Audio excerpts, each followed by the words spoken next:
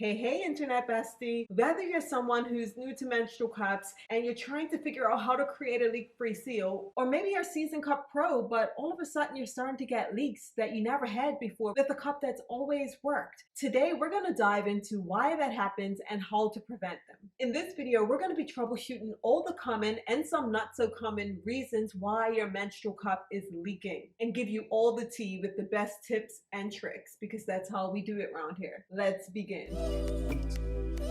So I'm going to be sharing 7 questions that you should be asking yourself if you're getting a menstrual cup leak to make sure you're checking all the boxes to solve this problem. By the end of this video, you're going to be a pro at troubleshooting why your cup's leaking and putting an end to it. You can thank me later. So the first question you need to be asking yourself is the cup the right fit for you? Menstrual cups come in a variety of different sizes and shapes, and it's really not one size fit all. As we mature and our bodies go through changes as well, what used to work for us may no longer work and may require a new solution. So when I ask the question, is it the right fit? I want you to start thinking about a few different things. The shape of the cup, is it comfortable for you? The length of the cup, is it easy to grab, or do you find yourself going fishing for it? Or maybe it's too long and you find yourself having to turn it inside out, which by the way is a hack. If your cup does feel like it's a bit too long and you feel it towards the base of your vagina or even the stems poking out, you have 2 options there. On a silicone cup, most cups allow you to cut off the stem at the end to make it slightly shorter, or you have the option of turning it inside out. And all you do is turn it inside out by pushing it from the bottom like so, and then flipping it inside out like this. So the shape of the cup remains, but you have a slightly shorter cup. But it's not just the length or the shape of the cup, you have the diameter of the cup. How hard or soft is the cup? All of these things matter. In fact, on their site, Put a Cup in It, as well as Period Nirvana, have a chart that show you all the different menstrual cups, just about, and all of their different measurements and shapes and sizes, so that you can find the perfect fit for you. Well, when I say diameter, I mean up the top here. Often you see many brands have multiple size cups, and that's for a very good reason. So with us, we have our size 1 as well as our size 2 cup. And the size 1 versus the size 2 vary not just in the capacity, whereas the size 1 can hold up to 6 regular pads of tampons, and the size 2 up to 8, so it has higher capacity. The size 2 is also longer and it's wider than the size 1 cup. So the size 2 cup is often recommended for those who've had a child or who are over the age of 30, whereas the size 1 would be the opposite of that. So if you're under the age of 30, you have not given birth, or you have an average or shorter cervix, because again, it is shorter, so it would be better for you in that instance. We have a really short quiz over at bestperiod.com that would allow you to make sure you've selected the correct size before purchasing. But if you're sure you've gotten the right size and you know for sure you're a size 1 or a size 2, then let's move on to the next one. And the second one you should be asking yourself is, have I checked to make sure the rim of the cup is fully opened? As you know, when you insert a menstrual cup, you do a fold. You're either doing your C fold, which looks like this, or your push down fold, or your labia fold. I actually just did a short about a labia fold, or the 7 fold. There are so many different menstrual cup folds. But the key is, you know that you have to fold your cup in order to insert it. The problem is that when many people are inserting it and they feel it opening up, it's not quite all the way open. And as you can imagine, if there's even the smallest bend in the cup, it allows blood to trickle down and trickle out.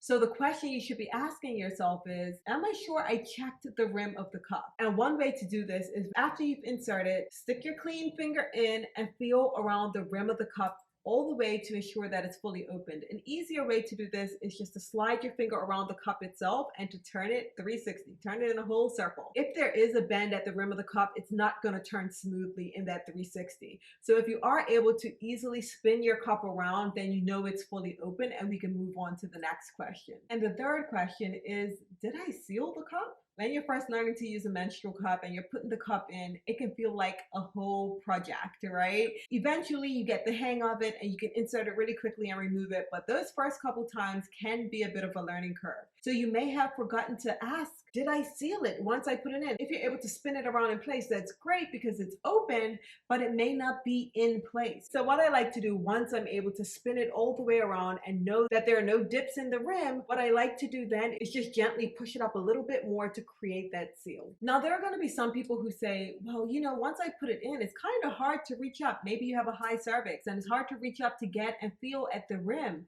So for that one, I say, ask yourself, did I gently press against my vaginal walls? Pressing gently against your vaginal walls as far up as you can go would give the cup a little bit more room during that second to open up if it's not completely opened already. So if you aren't able to get to the rim of the cup and then ask yourself, have you sealed it? You want to gently press against those vaginal walls to ensure it's open, and then you can ask yourself if it's sealed and push it up a little bit higher. And now if you've tried all of those things and they still didn't work, I want you to ask yourself, have I tried different folds? See, we get accustomed to the folds that we know or that we may think are the best or easiest, but sometimes you just need a different fold. There are some folds that aren't as deep. They're more shallow, which makes them a little easier to open. There are some folds, like the labia fold here, that are easier able to pop open.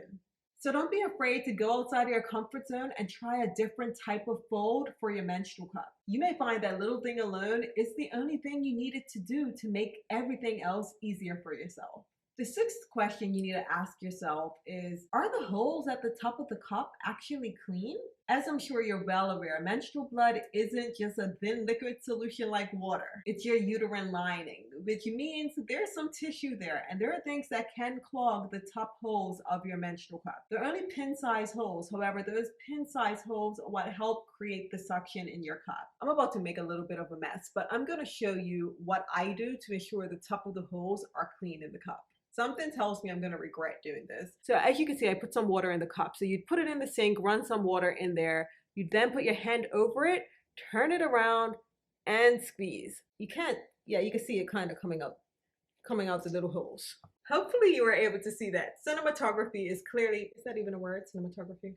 I think so. Clearly not my forte, but I hope that was clear enough for you to see what happened there. What happens when you turn it around and push is that the pressure makes the water squeeze through the holes, the small holes, and whatever little pieces are in there would come out with it, whether that's dry blood or tissue from pieces of your uterine lining. The last question you need to be asking yourself is, did I do the tug test? What's the tug test, you may be asking?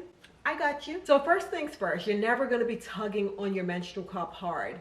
That's always a no. You always want to break the seal before pulling your cup out. However, when you want to test to see if the cup is in place and is properly sealed, I like to just gently tug, the most gentle tug ever, on the cup really quickly. It shouldn't go up or down. If it moves up or down when you do that, it is not sealed. As a recap, the questions you're going to be asking yourself is the cup the right fit? Did I check the rim? Did I even seal the cup? Did I try different folds? Did I gently press against my vaginal walls? Did I check to make sure the holes at the top are clean? And did I do the light tug test? I hope you found this video helpful. If you did, make sure you like this video so that others like you can find and benefit from it as well. My name is Gaynette Jones, founder and CEO of Best Period, and I'm here to help you have your best period.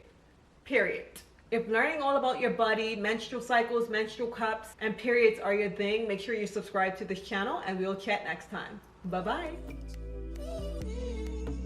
Oh crap, we already started recording. Whoa, how long have I been recording? 6 minutes. This thing watched me take all my thumbnails on my phone. Hilarious. Okay, let's start. And, oops. I'm making a mess. I told you I would. I soaked my entire desk with water. And I should probably dry it. But I'm gonna roll, so I'll do it afterwards. Oh, my sweater's wet. Oh, my battery's about to die. Don't you dare die on me. Okay.